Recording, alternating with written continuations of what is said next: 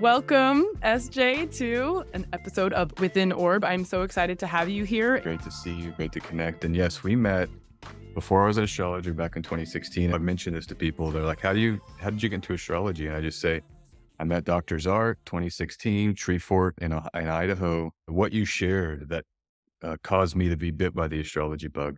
You said sometimes people come together in relationships just for a transit. And you mentioned a Jupiter transit that maybe I think two people sharing the same Jupiter would join together to experience like a Jupiter return. Mhm. And then you mentioned that Jupiter is 12 years through the signs. And that's all it took. It just blew my mind because I had just lived through a 12-year cycle.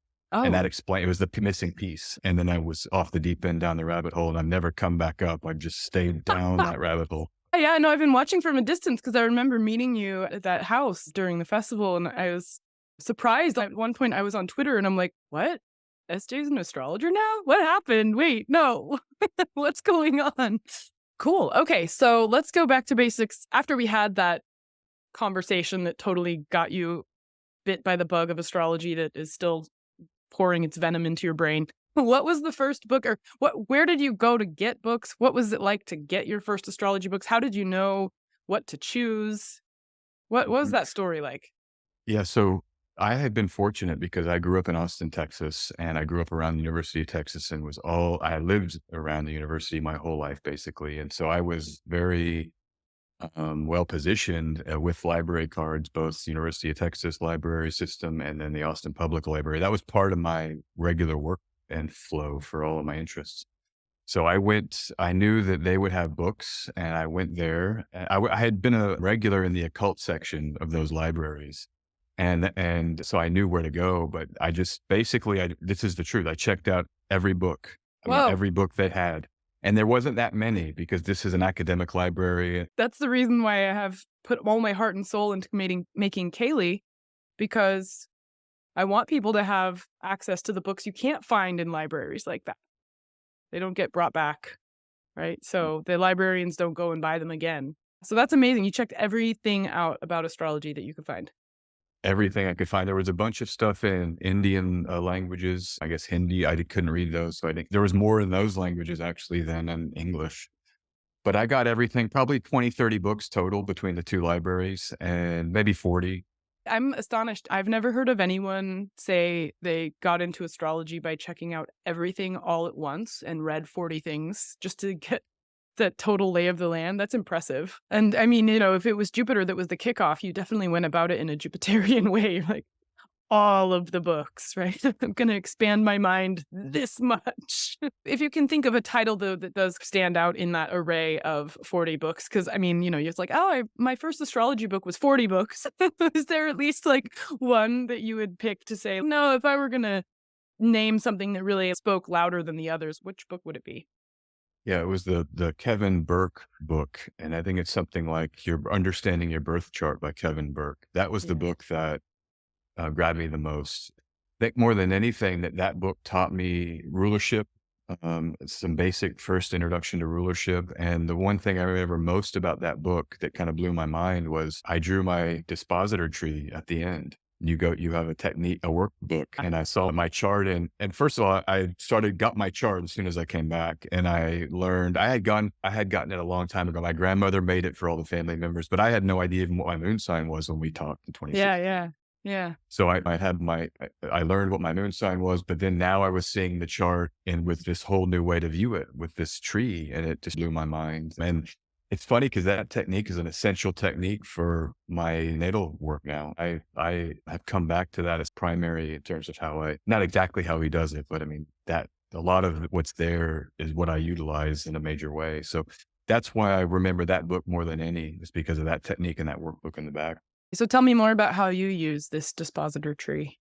Well, it's just rulership. When I Yes. look at a chart, I prepare for my client sessions. I will build the domicile tree of dispositors just to understand where the energy flows in the nativity, what houses are maybe where things are flowing, just to get prepared for those conversations. Because it's just I think a way to think about the life. I call it the backstop of the nativity. So any transit in any house will flow ultimately through the so-called river of domicile rulership into certain sectors. Mhm. And if you can feed those sectors and think about the chart from that model and are feeding those sectors, I think it can reverberate back through and support whatever else is happening. Also, then you used river, but as you were speaking, I thought about the tree shape and then the idea of the tree of life and the Sephiroth and all of that, which comes into play with certain tarot decks as well. I think this hidden tree inside the chart. Yes, absolutely. Yeah. And it can be complex too. That's the thing when you work with enough of domicile trees, they're not all clean. They're wildly dispersed, or they're sometimes so pointed on one sector. Wow. And it's a big way of how I like to see astrology now, June, actually, is what are different ways to present the data? It's a way to create art, so called, around the data, because the data is the same, it's the ephemeris, Right. but how you present it can be wildly different. I would love And to see you make art out of these wild dispositor trees. I would love that. That already is getting me so excited. yeah, I'd like that's a great, because you could put trees now. I'm got some whole new ideas about maybe how you might view the art. And Right. some people sell the art of a horoscope that you can order and then put in.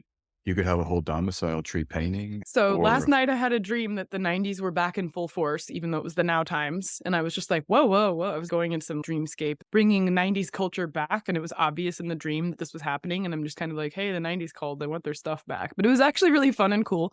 So your dispositor tree, your wild ones, not the slick ones, could be put inside those images that used to be in the mall that you'd stare at, but you'd have to relax your gaze and then it would pop out at you. Those little things that they basically look like really weird barcodes because that's all, and then you relax your gaze and then something comes into focus and you feel like you're cross-eyed, but it's mm, three-dimensional and you can hold it for a minute. You have this like psychedelic experience with this two-dimensional thing that becomes three-dimensional, but I don't know. That's just how I that's something that's coming into my mind when you talk about this.